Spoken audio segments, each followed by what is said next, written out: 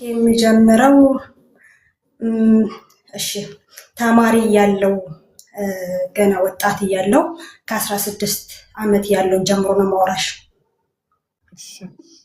የ16 አመት ልጅ ያለው 8ኛ ክፍል ተማሪ ነበርኩኝ። ከቤተሰብ ጋር ተጣላሁኝ። ያለ መግባባት ነበረ ከእናቴ ጋራ። ያው አንዳንዴ ወጣትነት አለ አይደለ?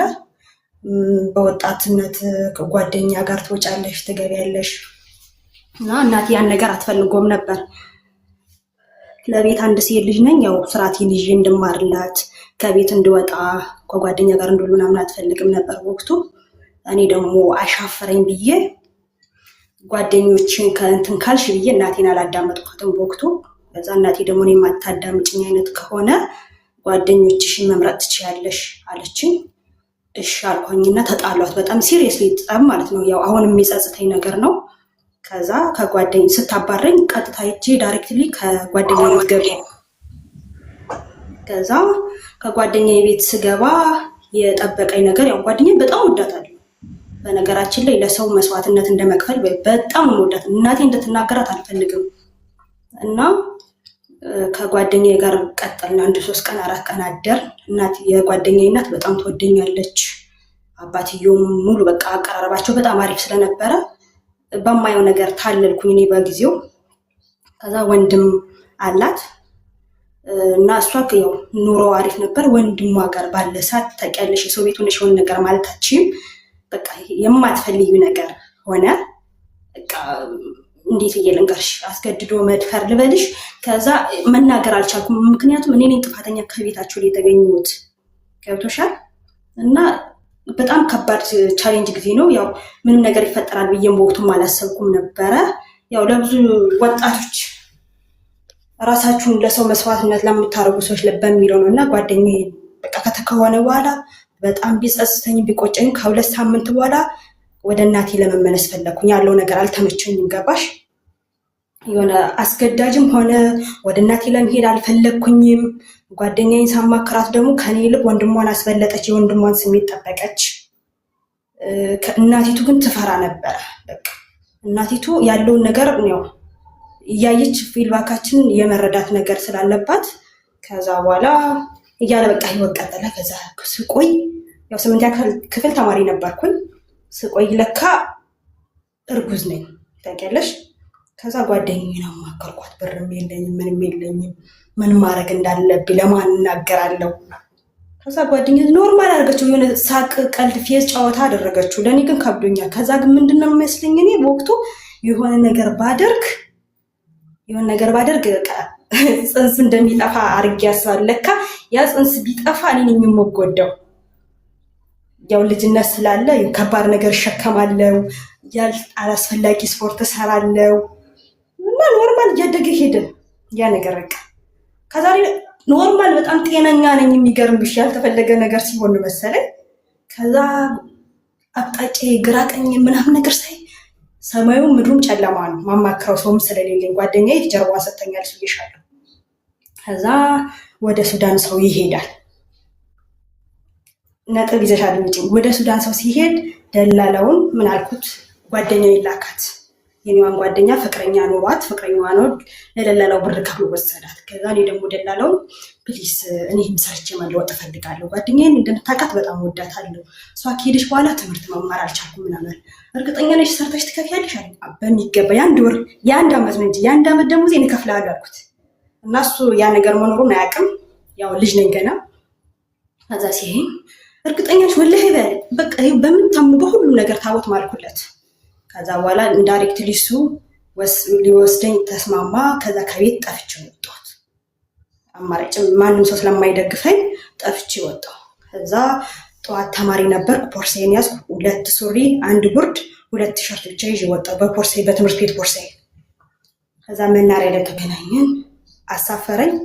እንደምነግርሽ 10 ሳንቲም ኪሴ ውስጥ የለም፣ በሱ ነው የምንቀሳቀሰው። ከዛ ድፍረት ይሳ ወጣሁ። ያን ጊዜ ሲሆን የ9 ወር እርጉዝ ነኝ። የ9 ወር እርጉዝ ነኝ። የሚኬደው በእግር ነው። ከዛ ምንም አማራጭ የለኝም።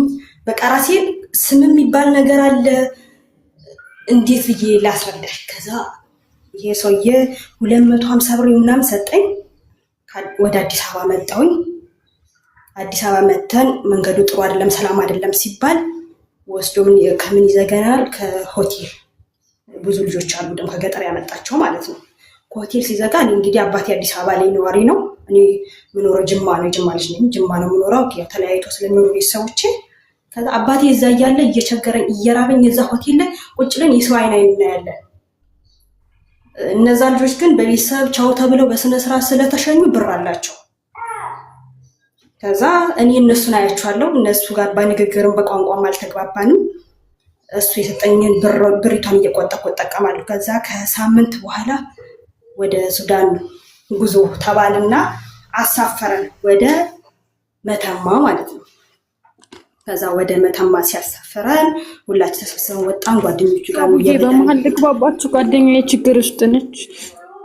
እሺ ቆይ አንዴ ማሪ ያዥ። እሺ ክብሩ ይስፋ ያንቺ ታሪክ ስለሆነ እሺ ምንድነው የገጠማት ጓደኛሽ? አቡዬ ማዳም ቤት አሁን 6 ወሯ ነውና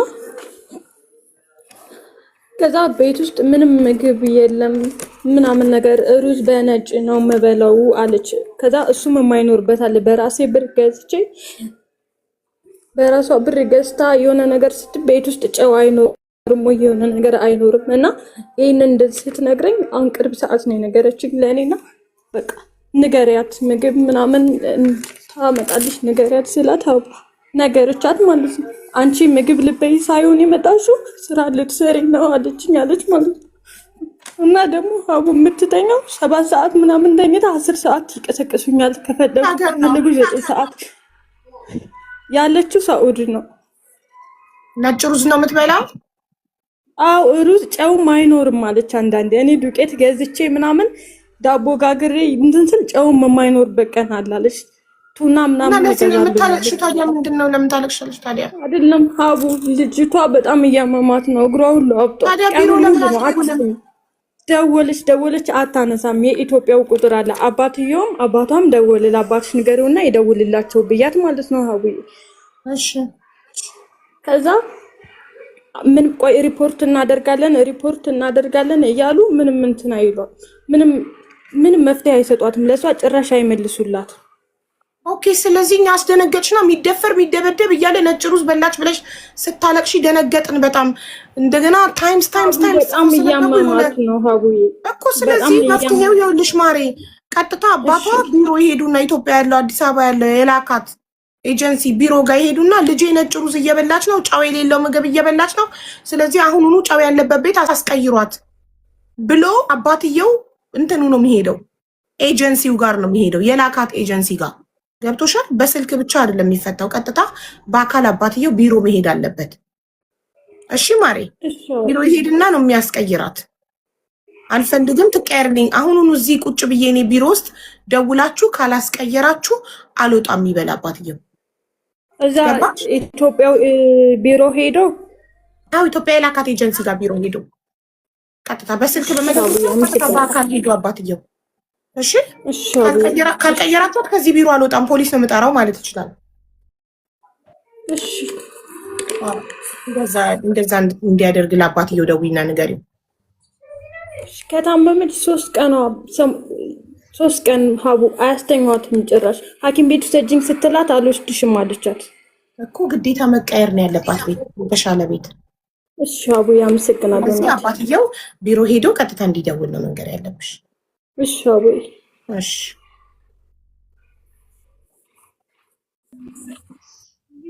እሺ ውዴ።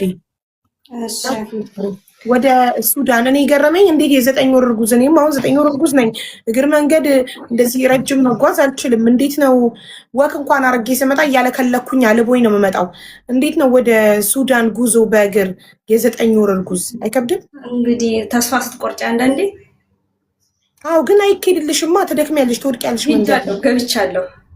ከዛ ወደ ሱዳን መተማ ሄድን፣ መተማ አረፍን። ከዛ አሁንም ፖሊሶች ምናምን አሉ ምናምን ተባለ፣ መለሱን። እንግዲህ ደላላው እስከዛ ሂጄ እስክገባ ድረስ አያውቅም። ምንም አይነት እንዲያውቃብኝ እንትን አለ ቦታ አልሰጠውም። ደራርቤ ለብሳለሁ ምናምን ነገር። የሆነም ልጅም ስለነበርኩኝ ያን ያክል የተጋነነ ሰውነት ስላልነበረኝ አይታይም። ከዛ ሄድን መተማ ላይ አይጥምም ምግቡ ውሃው ምናምን ነገር ነው በረሃም ስለሆነ ማለት ነው። ደላላው ግን እንዴት እሺ ብሎ ተቀበለሽ? ይቀበላሉ ደላላዎች ለነሱ ገሩ እነሱ ብራቸው እንጂ አስክሬንም ቢሆን ይቀበላሉ፣ ችግር የለባቸው እኮ ደግሞ የአንድ አመት ከፍዬ ሰርቼ ልከፍለው አይደለ? ይሄ እኮ ትልቅ ቢዝነስ ነው። የአንድ አመት ከፍለው አስበሽዋል? ብዙ ነው የአንድ አመት ደግሞ ብዙ ነው። አዎ እሺ አንዴ ቆይ ሙባረክን ልጠይቀው አንድ ነገር። ሙቤ እንዴት ነህ? ጅማ ልጇ አባት ጠፍቶባት ነው የዛሬ 14 ዓመት እና እኔ በአማርኛ ቪዲዮ ሰራላታለሁ። አንተ በኦሮምኛ ልትሰራላት ትችላለህ? አዎ እሺ እኔ ነገ ነው የምሰራላት። የኔን ቪዲዮ አይተህ በኦሮምኛ መስራት ነው በቃ። ምንም ታዘለኝ ልክልካለሁ ዋትሳፕ ላይ ፎቶ የልጅየውን እናንተን ያፋልጉኝ ነው። እኔ በአማርኛ ሰራዋለሁ፣ አንተ በኦሮምኛ ትሰራለህ። አብዬ እዘዥን ታዛዥ ነኝ። አይዞሽ። አመሰግናለሁ ወንድሜ፣ ኖርልኝ። ቀንና ማታ እየለፋሽ እንደዚህ አድርጎ ምናምን ይሄ ትእዛዝ መስጠት ነው እንጂ ወላሂ ቪዲዮን በውስጥ ብልክልኝ ቀጥታ እሰራለሁ። አመሰግናለሁ። እሺ ነገ እኔ ቪዲዮን እሰራለሁኝ እና ለአንተ ፎቶውንና ስልክ ቁጥር ምን ስለምናስቀምጥ ምንም ችግር የለውም። ስልኩንና በቃ ፎቶውን እልክልሃለሁ። መረጃውን ከአንቺ በአማርኛው ስትራቴጂ አማርኛውን ስትሰማው አንተ በኦሮምኛ መተርጎም ነው በቃ።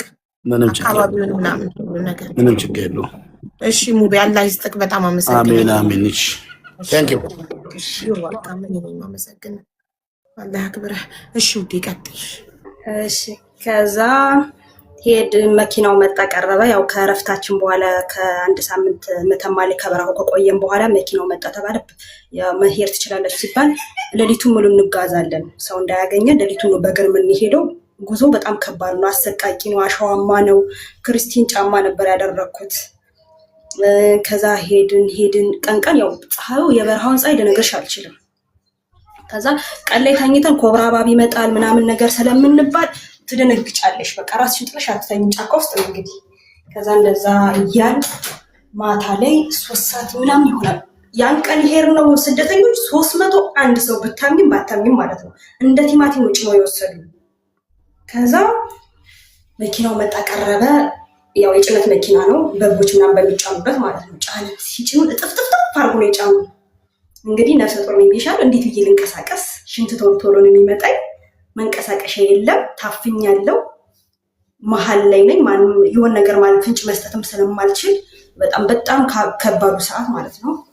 እየሄድን መብራት አብርቶ አይሄድም መኪናው ስለሚያዝ። ከዛ መኪናው ተገለበጠ።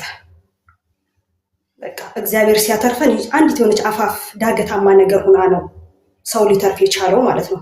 እንዳለ ተደፋ። ሰው እንደ ቆሎ ወይም ዝም ብለሽ ተደፋ። ሲደፋ እኔ ሁሉም ዘሎ ወጣ አቅም ያለው። እኔ ተንከባል እየቀረው አቅም አነሰኝ። አቀማመጤም አልተመቸኝ። እፍና አረገኝ። ገብቶሻል? ከዛ አፈነኝ። ከዛ እንዳጋጣሚ አብረኝ ተነስታ የተጓዘች ልጅ ነበረች። እሷ እጇን ሰጠችኝ። እጇ ላይ በቃ ተመርኩዤ እንደምንም ብዬ ወጣውኛን ቦታ። ከዛ ጮህን። ስንጮህ ሱዳኖች ናቸው የተቀበሉኝ፣ የሱዳን ደላላዎች መቱን በጫማቸው። የደረቅ ጫማቸውን አወጡና ፊታችንን አትጩ ምናምን እያሉ እንግዲህ በዛ መንገድ ሄደ ሰው ያውቋል። ከዛ መቱን። አማራጭ የለም በቃ በመኪናው ተገለበጠበት። ትንሽ ተጉዘን እረፉ እዚሁ ተባልን። እዛው ባረፍንበት የሱዳን ወታደር ተጠቁሙበት መጥቶ የያዘ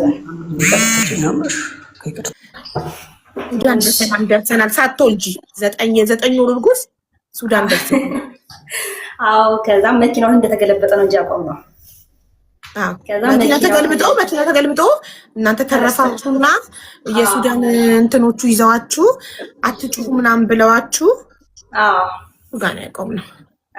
ከዛ ሱዳን ወታደሮች ያዙን፣ ዙረው ወደ ገላባት መለሱ፣ ወደ ሀገራችን ማለት ነው። ምክንያቱም ህገወጥ ነን። ከዛ ወደ ገላባት መለሱን። አብዛኞቹ ወጡት። ኧረ እንደዚህ አይነት ስቃይ ካለማ እኛ አንሄድም ብለው አብዛኞቹ ከኛ ጋር የነበሩት ተመለሱ።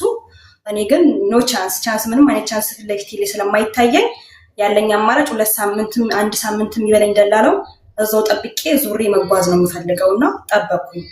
ከዛ ጠብቄ በሳምንቱ አሳፈረን። እንደገና ተጓዝን። ያን ጫካ በረሃ በእግራችን ዙረን ተጉዘን እግዚአብሔር ይመስገን በሁለተኛው ቻንስ ተሳካልን። ሱዳን ሄደን ገባን። ከዛ ወስዶ እጃዛ ቤት አራገፈን፣ ደላላው ማለት ነው። እጃዛ ቤት አራገፈን። የዛ ያንቺ ተቀባይ ምናምን አለን። ይሄ ደላላው የላክን ከእህቱ ቤት ነው። እህቲቱ ያው ተቀብላ ሰራተኞች ታስገባና እሷ ናት ብር የምትቀበለው። ለዛ ነው ያመነኝ። የዓመት ደሞዝ ልክፈል ስለ ያመነኝ እህቱ እዛ ተቀብላ ታስገባና ደሞዙን እየሄደች ከአሰሪዎቹ የምትቀበል እሷ ናት። ኦኬ። ከዛ እሷ ወሰደችኝ። ትዝ ይለኛል ቀኑ የገና ቀን የወሰደችኝ ቀን ስራ ስሪ ምናምን ስትለኝ በቃ ከበደኝ። መንገድ ስለመጣው ምናምን ሰውነቴ ማባበጥ ጀመረ። ገባሽ? መውለጄ የተቃረበ መሰለኝ። ምንም ነገር በሌለበት ማለት ነው።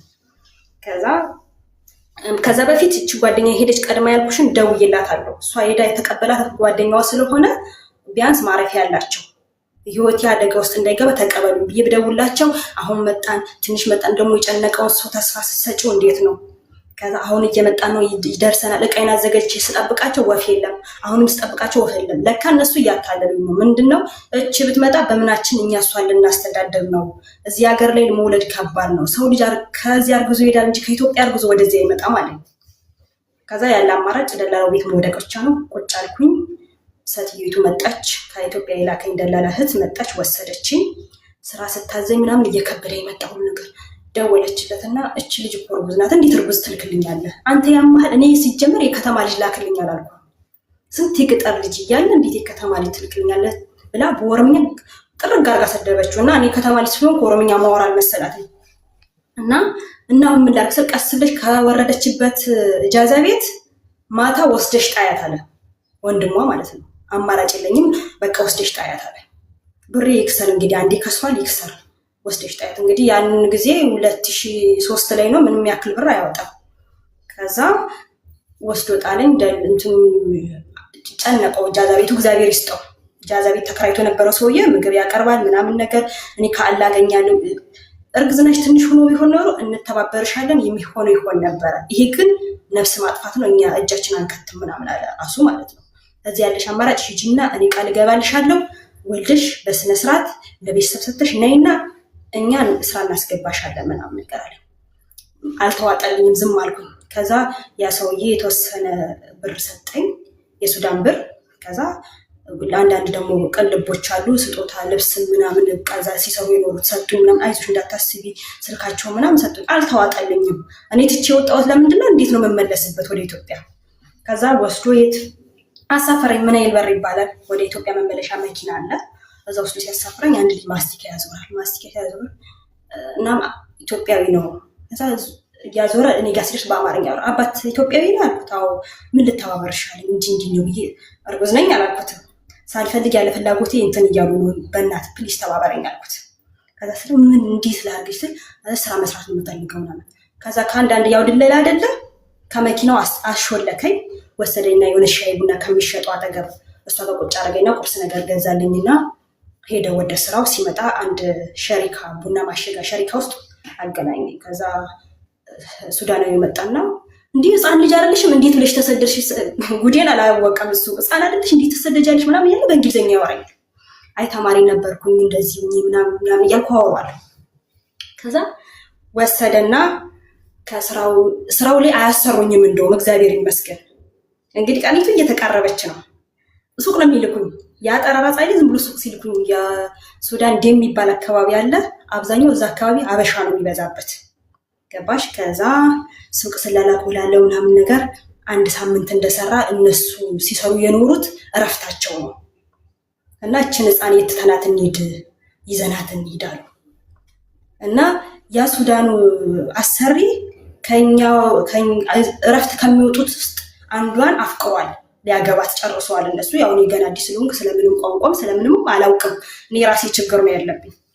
ከዛ እረፍት ብሄርን ቀን ኢጃዛ ማለት ነው አብሬያቸው ብሄድኩኝ ቀን ያረፍኩበት ቤት ወዴኔ ይቆርጠኛል፣ ራሴን ያመኛል፣ ስሜቱ አይገባኝም። ምንድን ነው ጨነቀኝ። ምን ይሆንኩኝ ነው? አንዳንዴ የሚወለዱ ላልመሰለኝ ልበልሽ ጨነቀኝ። በቃ ከዛ ምን ያለኝ አማራጭ ምንድን ነው?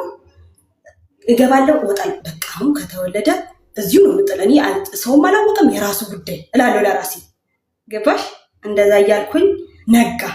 ቀኑ 16 ነው። የኪዳነ ምሕረት ነው ትዝ ይለኛል። ሁሉም ሰው ጠዋት ተነሳና ቤተክርስቲያን ልሳለም ሄደ። በዛ ሰዓት ተቆምጠነጣለሁ። ልክ ሲመጡ ያው ማታ ስወጣ ስገባ ለካ ምጥ ነው። ስወጣ ስገባ አድሬያለሁ። እነሱ ምን ሆናለች ብለዋል፣ ግን አልጠየቁኝም። ልክ ሰው ተሰብስቦ ምናምን መቶ ቡናውን እየጠጣ ምናምን ልክ 2 ሰዓት ተኩል ላይ በቃ እንደመቆንጠጥ ምናምን ጫን አለኝ ነው ወዲያው ዱብ እኮ ነው እዛው ከጃዛ ቤቱ። ከዛ ሰዎቹ እንደነገጡ የሚወቅሰኝም አለ። ከዛ አንዷ ነርስ ናት። እዛው ጃዛ ቤት ውስጥ ወለድሽ? እዛ ጃዛው ቤት ውስጥ አዎ። አድለሽ ወይኔ። ከዛ የሚያምር ወንድ ልጅ ከነቃጭሉ ዱብ እኮ ነው። እኔ ስለውበቱ ስለምን ብዙ ስለለፋሽ ብዙ መንገድ ስለተጓዝሽ ምናምን ነው ቀላል የሆነው ምጥሽ እንደዚህ ወዲያው ዱብ ያለው እኮ። አይ ፍርሃትም ስላለም ይመስለኛል። በቃ የሆነ አንዳንዴ ምን መሰለሽ ሲመችሽ ኑሮሽ እናለን መቅበጥ ትፈልጊያለሽ። ኑሮሽ በጣም ከባድ ከሆነብሽ ግን መተንፈሳችን ገብቶሻል። ከዛ እንደዛ ሲሆን አንዷ ደግሞ ነርስ ነገር ናት። ተሯሯጠችና እንግዲህ እግዚአብሔር ያውቅልኛል አለችና አትፍቱ ምናምን አትባ ምናምን በስነስርዓት አነሳችኝ። እንግዲህ ልጅና እንዳይቀርላ አንስታኝ። ከዛ ለሙዲሩ ተደወለ ላሰሪ ህፃን ያልካትን ልጅና ጉድህን ሰርፕራይዝ ነው ተባለ። ይሄን ማንም ሰው አይጠብቅም ገብቶሻል። እየበረሩ ሁሉም ሰው ሲመጣ ህፃን ይዤ ቁጭ ብዬ ላኢላሃ ኢለላህ ብሎ የሳቀው ሳቅ መቼም አይጠፋኝም። በጣም የሳቀው በጣም ማለት ነው።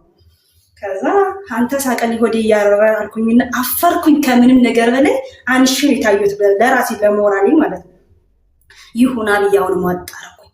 ከዛ ያው ሰው መልካም ነው እግዚአብሔር ይስጠው። እዛ ስደት ላይ ያለ ሰው ተሯሯጠ፣ ሁሉን ነገር አቀራረቡልኝ። ምንም የለኝም 5 ሳንቲም። ከዛ እግዚአብሔር ይመስገን እያለ ሰውየውም ያችን ያፈቅራታል ያልኩሽ ልጅ ሲያገባ በግ ታረደ። በዛ በግ እኔም ታረስኩኝ አብሬ። በቃ ደስ የሚል ነገር ሆነ። ከዛ ህይወት እየከበደ ሊመጣ ነው እንግዲህ። ግን ለሚፈጠሩ ነገሮች እጅ አልሰጥም መስሎም አይታየኝም። አንዳንዴ ቢከብደኝም ብቻዬን አለቅስና እንዴ ለምንድን ነው አንዴ ሆኖ አልኩ ከሆነ በኋላ ላይመለስ ጉዳይ ራሴን ለመበጸጸት እጎዳለሁ እላለሁ። ከዛ አንዷ ሴትዮ መጣች፣ ሀብታም ናት፣ ኤርትራዊ መሰለችኝ። አንቺ ህፃን ነሽ ምን ያደርግልሻል ልጅ ለእኔ ስጭኝ አለችኝ። ስጭኝና ሰርተሽ ተለወጭ አገርሽ ለእናትሽ ለቤተሰቦችሽ ብር ላኪ እንጂ እንዴት ምናምን ነገር አለችኝ። ዝቅ ብዬ ሳይ የህፃኑ አይንና መልክ ተይው ይለያል። በጣም የሚያሳሳ ህፃን ነው። ከዛ ዝም ብያዩ ምን ታዲያለሽ ዳይፐር በምንሽ ትቀይራለሽ ምናምን አላለችኝ። እውነት ነው ይጫንቃል፣ ግራን የሚገባ አብሮ ሻይ ይዞሽ የሚል ሰው በሌለበት ዝም አልኳት። እግዚአብሔር ይስጣቸው ሻሃዱ ያሉ አይመስሉም። ትልቅ ሰውዬ የወሎ ሰው ናቸው። አይሰጥም አለ አይሰጥም።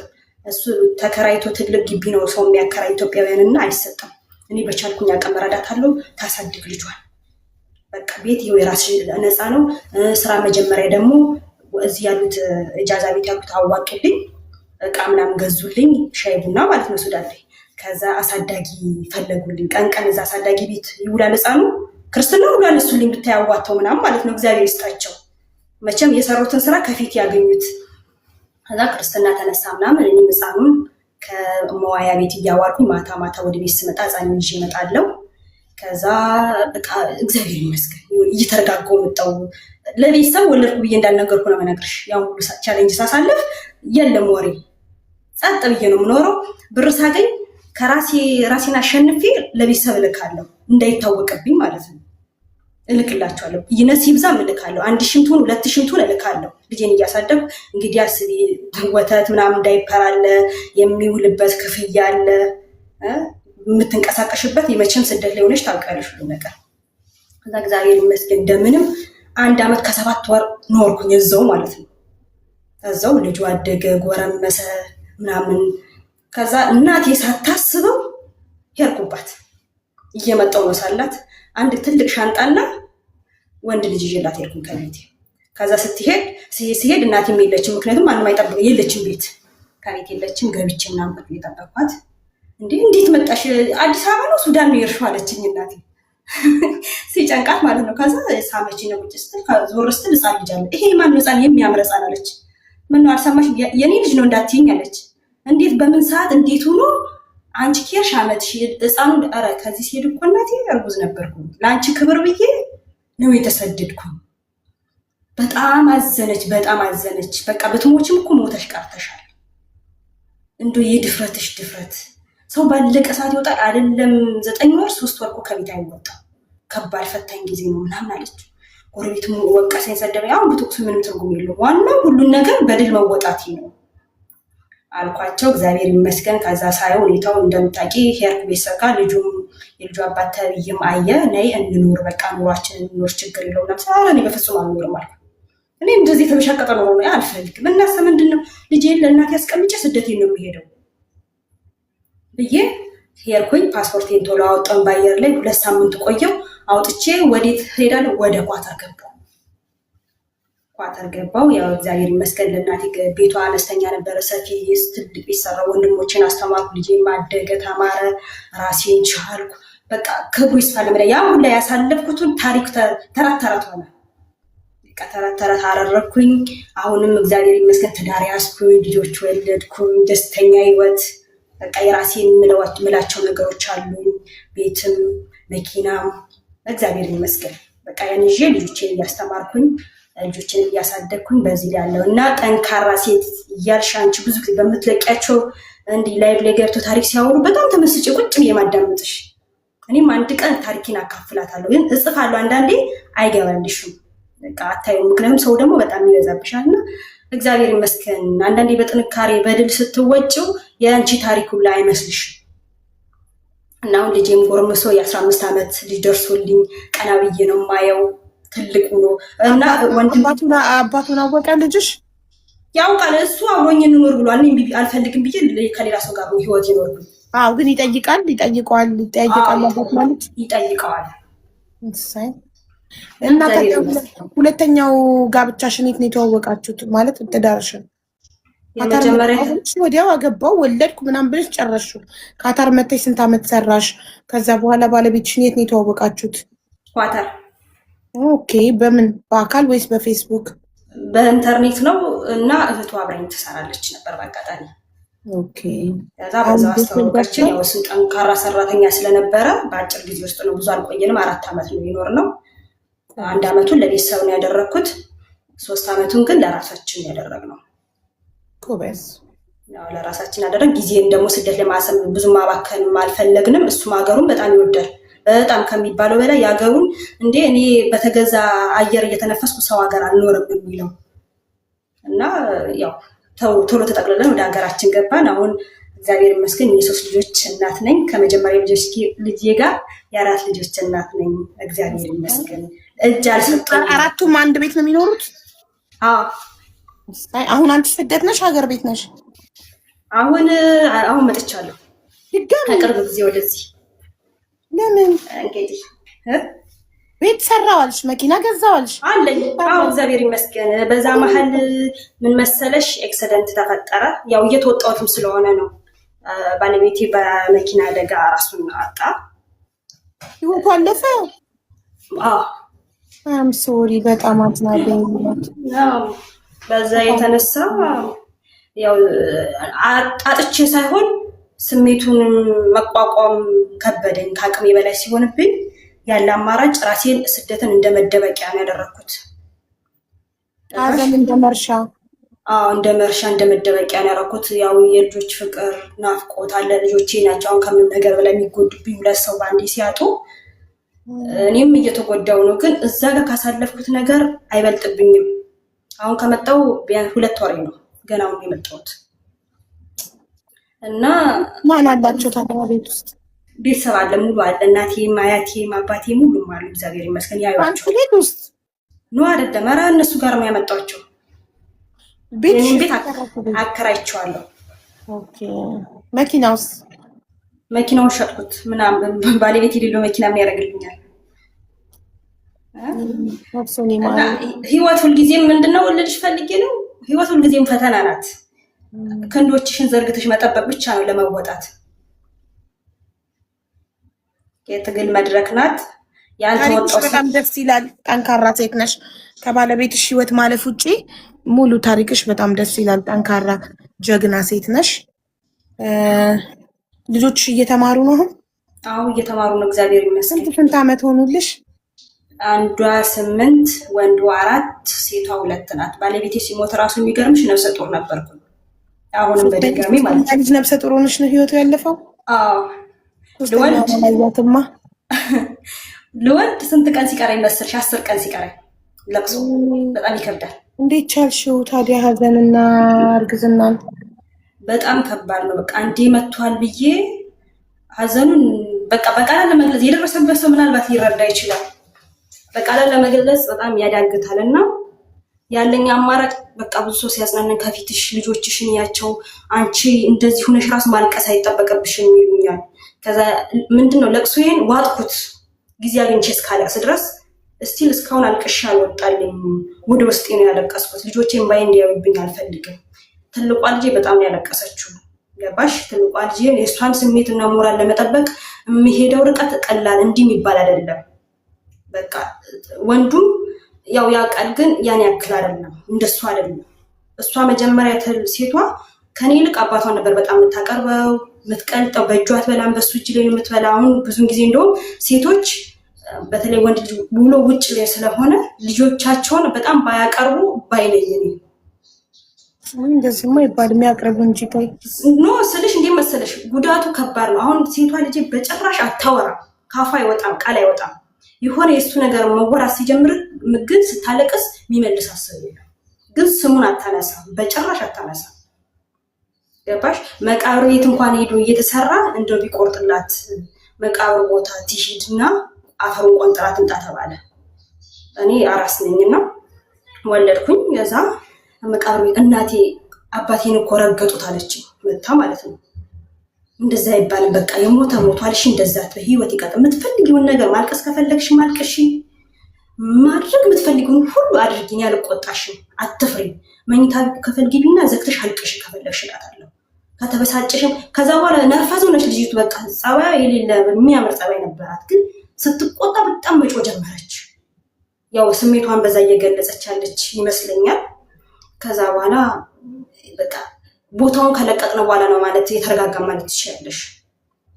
አንዳንዴ በቤተሰብ የሚመጣብሽ ጫና አለ፣ በገንዘብ በንብረት። እኔ ተድሬ ሄድኩኝ፣ ያው እሱ ወዳለበት አካባቢ ነው ገባሽ? እና ልክ እሱ ሲሞት የእሱ ቤተሰቦች እኔ በጣም ብዙ አንዳንድ የሳይኮ ጫና ፈጥረውብኛል። የኔ አኗኗር የኔ ልጅ ማሳደግ ሳይጨንቃቸው ይብላይ ለሞተ አንቺ ሕፃን ነሽ ነገ ታገቢያለሽ ምናምን ይሉኛል። ከዛ በቃ ስለምታገቢ በቃ ሞራሌን በጣም የገደሉበት መንገድ ማለት ነገ ስለምታገቢ ንብረቱ እናካፍለውና የልጆቹን ንብረት እኛ እንጠብቃለን፣ ያንቺን ንብረት ይዘሽ እንደፈለግሽ ማድረግ ትችያለሽ አሉ። ከዛ እንዴት? እኔ እኮ እናታቸው ነኝ እንጂ ሙግዚታቸው አይደለሁም። የባሌን ንብረትም ሆነ የልጆቼን ንብረት መቆጣጠር እችላለሁ። እንኳን የባሌ ንብረትና የኔ ንብረት ራሱ የልጆቼ ነው። እንዴት እንደዚህ አይነት ንግግር ትናገሩኛላችሁ አልኳቸው። በጣም ከባዱን ጊዜ ነው ማሳለፍ። ቤተሰቦቼ ጋር ሩቅ ነው። ከዛ አይ ታካፊያለሽ፣ አላካፍልም፣ ታካፊያለሽ፣ አላካፍልም። ብዙ ሽምግልና ሁሉ ተቀመጠብኝ። ሰው እየመጣ እንዴት አተዋት አታሳዝናችሁም ወይ? በሕፃንነቷ ሁሉ በደል ግፍ ደርሶባት ምን መሰለ እሷ እኮ ሕፃና ምን ችግር ነገ ታገባለች ይብላኝ ለሞተው ይሉኛል እህቶቹ ላይ እየመጡ ማለት ነው። ከዛ እንደዚህ ባሉ ቁጥር በየሰዓቱ ሞታለሁ እኔ በቃ ውስጤ ይታመማል፣ እደክማለሁ በጣም። ግን ፊት ለፊታቸው ላይ አላስታውቅባቸውም። ምንም ነገር የተፈጠረ አላስመስልም። መጥተው እንደዛ እያደረጉን ከቤቴ በልተው ጠጥተው ነው ወጥተው የሚሄዱት። ገባሽ? ግን አሁን እስቲ እንደው ስለ እውነት ሲፈረድ ባልና ሚስት ሲሞት የባልና ሚስት ንብረት ወላጅ አባትና እናት የት ሀገር ላይ ነው ሲከፋፈል የታየው? እኔ ሰምቼም አይቼም አላውቅም። ከዛ በትግል ቆየን ኖርኩኝ። ከዛ ምን አማራጭ የለም፣ ጫናው እየበዛብኝ ሲመጣ ነው ስደት ለወጣም የተገደልኩበት ምክንያት የተፈጠረው ነገር ለመርሳት። ከሰዎቹ ጋር ጥላቻ እያደረብን በጣም እንዋደዳለን፣ ፍቅር ነበሩ። እኔ እናቴንም አላስታውስም ስኖር የነበረ፣ ምክንያቱም ስወልድ ያርሱኛል፣ ይንከባከቡኛል፣ ክርስትናውን ሁሉንም ነገር ሳደርግ። ልክ እሱ ሲሞት ግን ሌላ ሰው ተቀየሩ፣ ሌላ ሰው ነው የሆኑብኝ ታውቂያለሽ። ከዛ ይችን ራሱ ማለት በጣም ከባድ ናት። እየሳኩ ነበር ማሳለፋቸው፣ በጣም እየሳኩኝ በቃ ችግር የለውም ምን ችግር አለው ደስ እንዳላቸው። እንኳን የነሱ የአባታቸው ንብረት የኔ ንብረት እኮ እነሱ ይዤው አልሄድም። አላያችሁትም? የአባታቸው እኮ ከአንዲት ነጠላ ውጭ ይዞ የሄደ ነገር የለም ወደ መቃብር ሲገባ። ለምንድን ነው እናንተ እንደዚህ አይነት? አይ መኪና ስሸጪ አልተናገርንሽም፣ ይሄን ስታረጊ አልተናገርንሽም ምናምን አሉ። ተው ክፉ አትናገሩ፣ ሁላችሁም የእጃችሁን ታገኛላችሁ ላቸዋል ሁሌም ማለት ነው። እና በቃ ትራሴ ነው ጓደኛዬ፣ ትራሴ ላይ ተኝቼ ማልቀስ ብቻ ነው። ጠዋት ስነሳ ትራሴ ርሶ ነው የማገኘው።